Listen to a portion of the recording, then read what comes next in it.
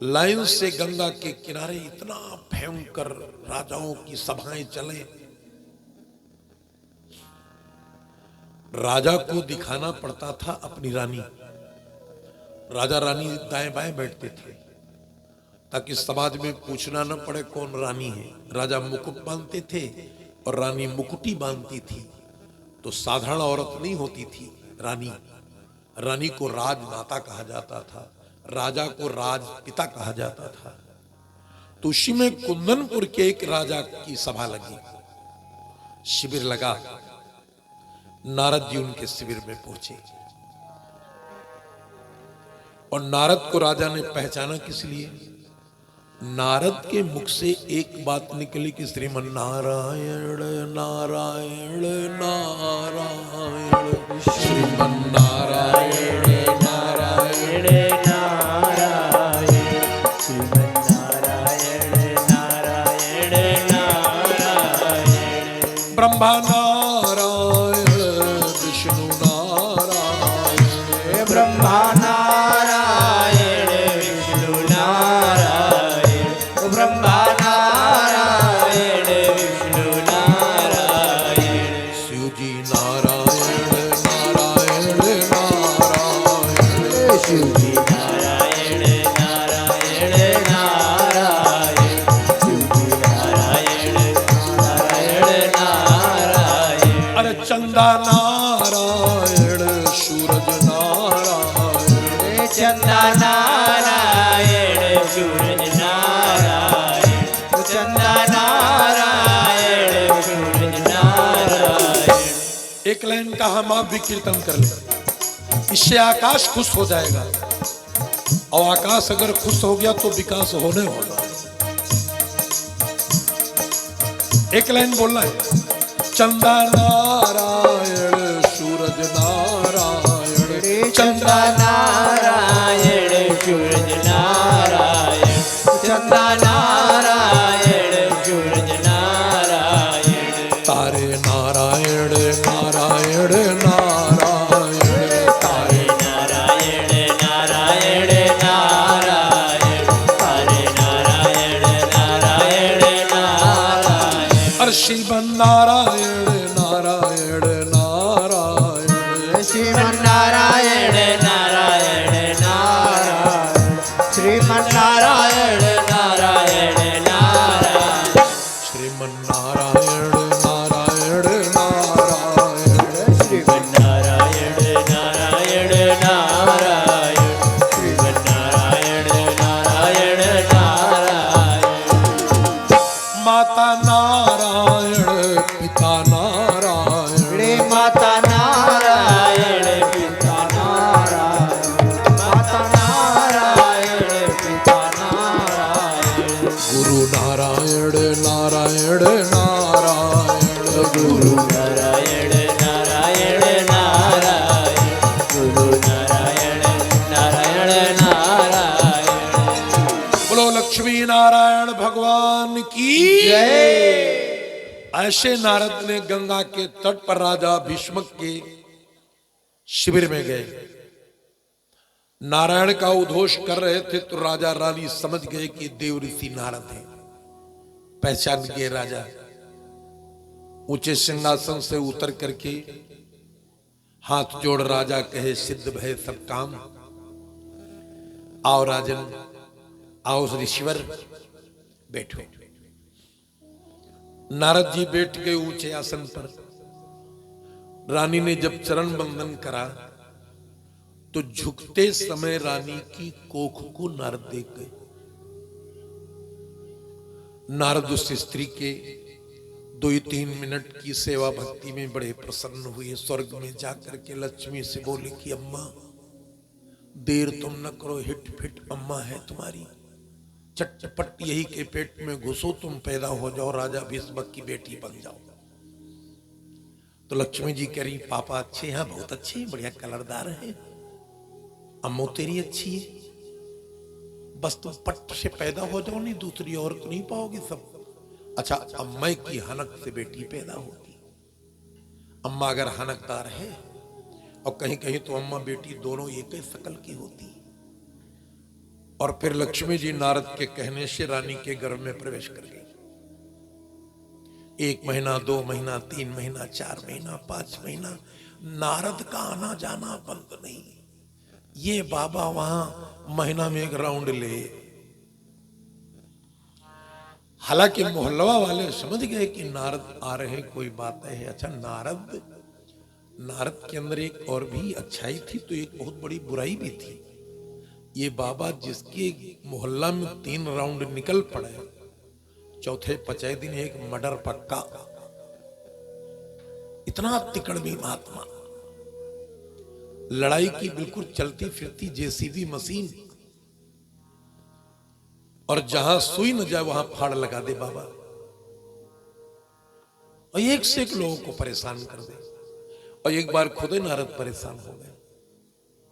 एक बार नारद खुद परेशान हो गए। एक किसान की धान की बाली एक बित्ता से ज्यादा बड़ी देखे, पृथ्वी पर उतरे, आ रहे थे, मन में सोचे 5 बाली तोड़ ले। 5 बाली तोड़ करके भगवान विष्णु के पास गए कि प्रभु इस बार धरती पर धान अच्छा है। नारद बोले, भगवान विष्णु बोले हाँ अच्छा तो है। बाली दिखाए, विष्णु जी के सामने रख दिए। तो विष्णु जी उस अन्न को प्रणाम करने लगे कि नारद, ये तो धरती का एक भगवान किसान है, हम तो स्वर्ग के भगवान हैं। ये बाल खरीद कर लाए हो? नारद जी ने कहा खरीदने की क्या जरूरत थी, तो मांग कर लाए हो? नारद बोले मांगी कहे कोई हम बेड़ियान। भगवान नाक सिकोड़ के बोले कि नारद, तुम्हारी चंचलता से तुम्हारा तमाम नुकसान हो रहा है। अरे जिस किसान की बाली तोड़ कर लाए हो ना, तो तुम धूप में रुक सकते हो 1 घंटा। जिस समय भाई धान की रोपाई होती, बिरले किसान रुकता है खेत में। जो 100% स्वस्थ होगा वही आदमी धान की मेड़ पर खड़ा होगा। दमहा टिबहा या कोई आदमी नहीं रुक सा धान बनाने समय। नारद जी ने कहा हम तोड़ लिए चले, तो चोरी किए हो ना। अरे नारद बिगड़ गए, इसमें चोरी का क्या प्रश्न उठता है? अरे विष्णु जी बोले चोरी का प्रश्न नहीं उठता है तो इसमें साहूकारी कहां है? नारद तुम एक दिन पूछ रहे थे कि भक्ति माला में मेरी कंठी कहां है। देख लीजिए, इस माला में तुम्हारी कंठी बड़ी थी और इसी 5 बाली की चोरी से तुम्हारी कंठेवा छुटियाई गई। देखो जाके, और जैसे देखे कंठी छोटी। नारद परेशान अपनी अम्मा ब्रह्माणी के पास गए, उदास उदास बोले अम्मा आज गड़बड़ाएगा काम। चले गए धरती पर, वहां 5 बाली तोड़ लिए और बताते भगवान कह रहे हैं कि पृथ्वी का भगवान किसान है, उसके श्राप से हमारी कंठी छोटी हो गई। तो ब्रह्माणी बोली कि प्रभु से पूछ लो, उसका प्रायश्चित अगर कुछ हो तो बेटा कर लो, तुम्हारी चंचलता से नुकसान हमारा भी हो रहा है। तो नारद जी भगवान विष्णु से पूछने गए कि प्रायश्चित अगर करें तो कैसे करें। तो भगवान विष्णु बोले कि जिस खेत से बाली तोड़ कर लाए हो उस खेत की 12 साल परिक्रमा करो। 12 साल केवल मेड़ पर चलो जाओ, वैसे कंठेवा तो बड़ी हो जाएगी। नारद रोए लगे कि मन में यार आगे हम भक्ति न करें, पीछे जो गड़बड़ा गई रिपेयरिंग कर ले। अब नारद आए, एक संत का वेश रखे, उसी मेड़ पर परिक्रमा करें। 2, 4, 5 दिन बीते तो वो खेत का किसान, उसकी पत्नी नारद को पहले तो थोड़ा अच्छा देखे। जब लगातार बाबा चलते रहे मेड़ पर, मेड़ धसी जाए तो किसान थोड़ा गरमान, बाबा खड़जा चक्रोड़ चलो, उधर हाईवे पे चलो, 6 लाइन पर चलो, हमरे खेत तुमका मिला। अच्छा वो किसान गरिया हुआ, नारद जी खोपड़ी गाड़े और चले। किसान की औरत बोली हो बाबा कि तुम्हारे धरी हंसिया हर रहे। नारद मन में सोचे औरत मारे न दे हो, और नारद रोवे। भैया सवेरे लगाना, रात में फूल नहीं लगाना चाहिए। नहीं रात में लगाना, सवेरे लगाना, फूल रात में मत छुओ। अब अनुभव करना है एक बात का, इसमें भी तमाम लोग बैठे हो, कथा के माध्यम से हो सकता है कोई चोरी न बच जाए गांव की। अब जाने रहे ना, उसी मेड़ पर चले, किसान की औरत बिगड़ गई, नारद बाबा को गाली वाली बकता। लेकिन वाह रे, संत का मतलब है कि खोद गोण धरती सहे, काट कूट बनराज, और कुटिल बचन साधु सहे और से सहा न जात। अगर कड़ुए वचन संत नहीं सह सकता तो उसको कभी संत नहीं बनना चाहिए। 50 गालियां दिया किसान की औरत ने, नारद कुछ नहीं बोले, लड़े ही नहीं। एक बार गुस्सा में किसान ने ढकेल दिया, चाहला में गिर गए नारद। उठ के फिर चले, किसान मारा पीटा, महात्मा चलना नहीं बंद करे। लेकिन उस संत की कृपा ये हुई कि जब थोड़ा खेतवा 15-20 दिन बीता बोआई वोआई से, और लोगन की फसल से उस खेत की फसल कलर बदले, बगैर डीएपी पैराइट के चली आवे हर हर हर हर।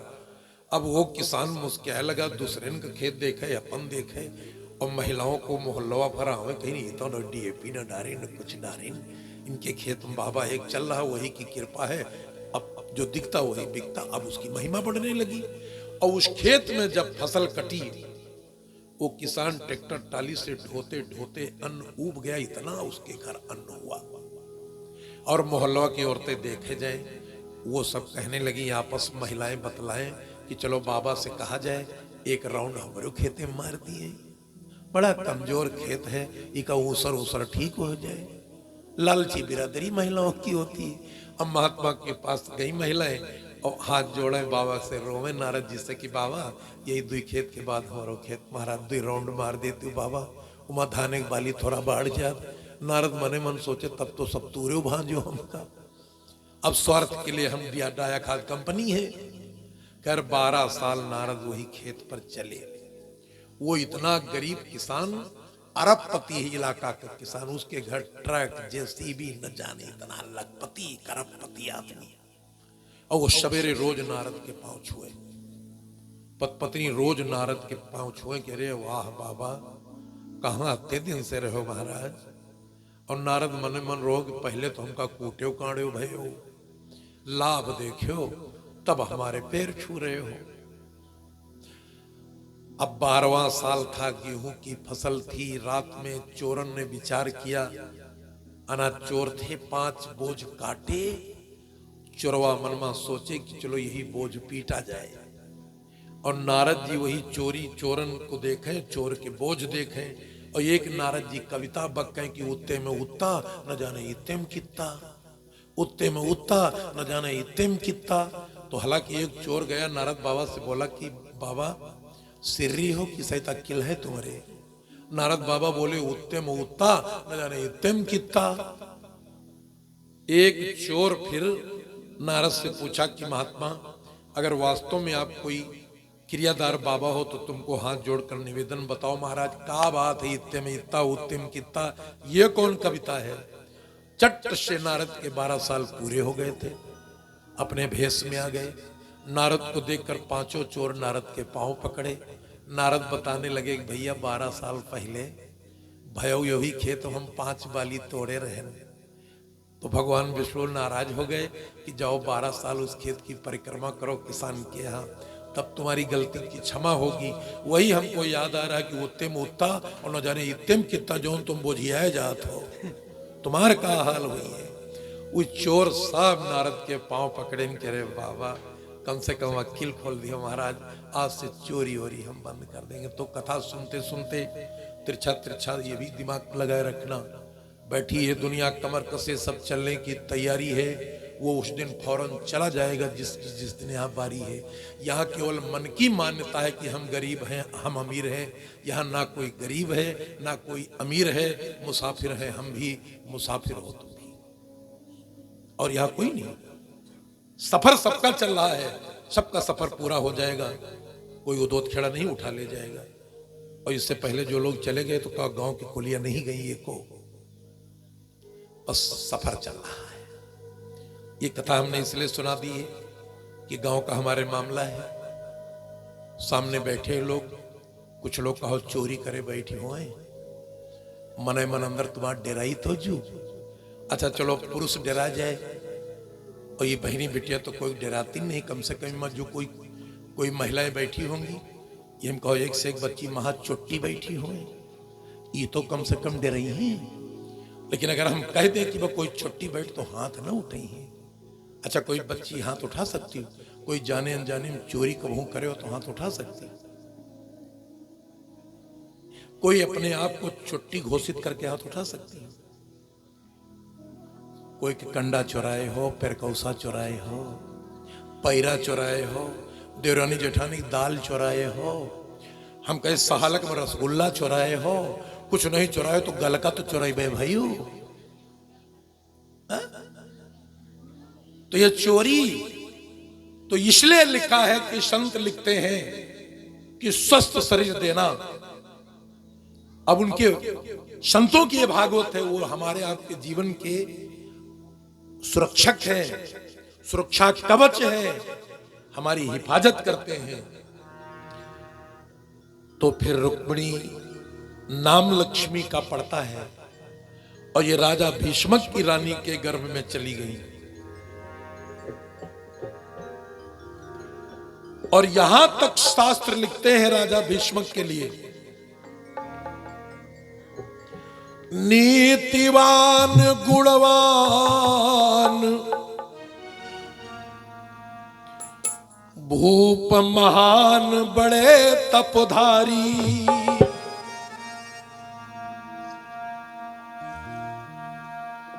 जकियानन में पति बरता प्राणन प्यारी।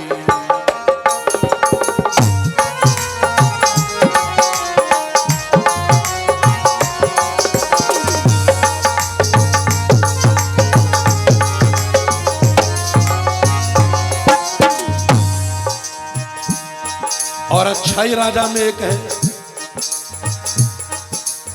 अरे प्रजा को पुत्र समान, प्रजा को पुत्र के समान मानते हैं, देते हैं दान दुजन को भारी। अरे कंगना जनमी राजा राजकुमार,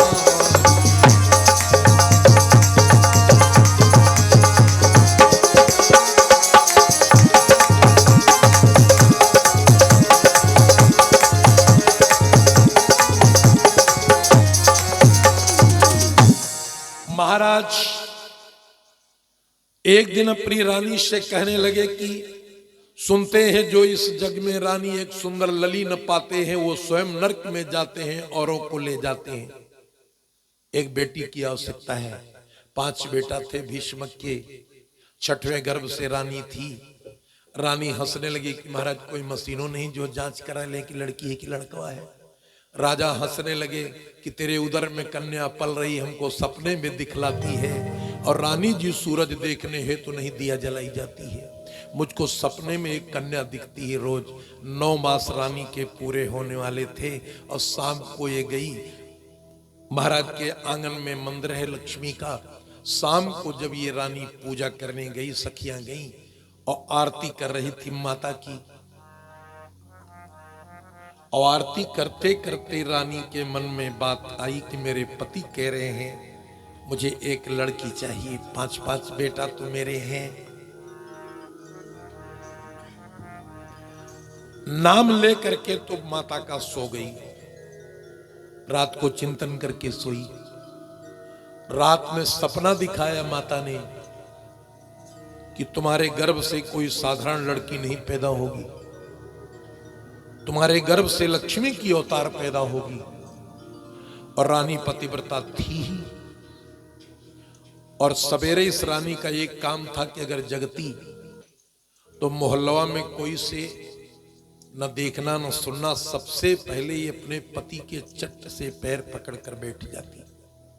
आज भी वो स्त्री देवताओं की निगाह में चढ़ी है जो सवेरे जगते ही अपने पति के पांव पकड़ ले। दुनिया के धरती भर के देवता पकड़ो बच्ची, ये देवता तुम्हारे एको काम में नहीं है। वेदन में लिखा है अगर अच्छाई चाहती हो तो सवेरे पति के पैर पर 7 बार अगर ऐसे कुदरती टॉनिक बना लो तो तुम्हारे गठिया भाई, पोलियो, कोरोना, नियादी बुखार, सर्दी, जुखाम, राम कसम एक अंगुली तक न कटी। और पति के साथ अगर तुम्हारा मन चला गया कि पति हमारा नहीं ठीक है, तो सीसी कैमरा लगाए वही देवता देख रहे हैं जो देवता मंडप के भीतर तुम्हारा ब्याह कराए रहे। वहां पर 7 बार आप भावर खोली थी, इसलिए 7 दिन की भागवत है। 7 भावर भी होती हैं। भागवत में स्त्री पुरुष को इसलिए लाया जाता है कि अपनी अपनी 7 भावर भी याद करो। तो जितनी देवियां हो अपने अपने पति को याद करो, पुरुष लोग अपनी पत्नी को याद करो। आपकी पत्नी का धर्म पत्नी नाम है। आप दूसरी औरत को धर्म पत्नी थोड़ी कह सकते हो। नहीं तो हिम्मत हो जाओ, खुरदही बाजार में कोई औरत को कह के देखो, भगवान चाहे बौनट फाटे मिली, कहो किसी औरत को कहकर देखो धर्म पत्नी, तुरंत केस कर देगी तुम्हारे ऊपर। आप अपनी पत्नी को धर्म पत्नी कह सकते हो, और पति परमेश्वर अपने पति को स्त्री कह सकती है, और किसी को परमेश्वर कह नहीं सकती। हैजा काटे का है, अलग की बात है।